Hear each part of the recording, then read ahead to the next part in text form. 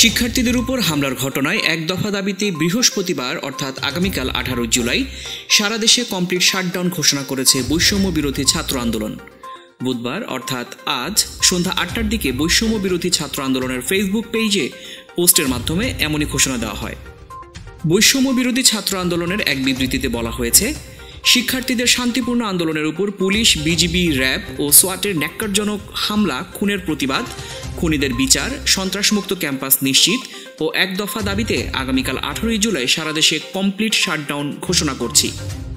শুধুমাত্র হাসপাতাল ও জরুরি সেবা ব্যতীত কোনো প্রতিষ্ঠানের দরজা খুলবে না। অ্যাম্বুলেন্স ব্যতীত সড়কে কোনো গাড়ি চলবে না।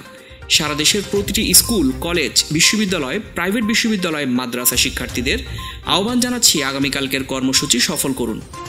বিবৃতিতে আরও বলা হয়েছে, আমাদের অভিভাবকদের বলছি, আমরা আপনাদেরই সন্তান, আমাদের পাশে দাঁড়ান, রক্ষা করুন।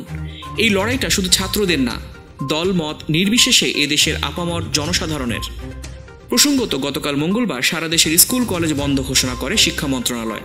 আজ বুধবার বন্ধ ঘোষণা করা হয় ঢাকা বিশ্ববিদ্যালয় সহ দেশের সব সরকারি বেসরকারি বিশ্ববিদ্যালয়।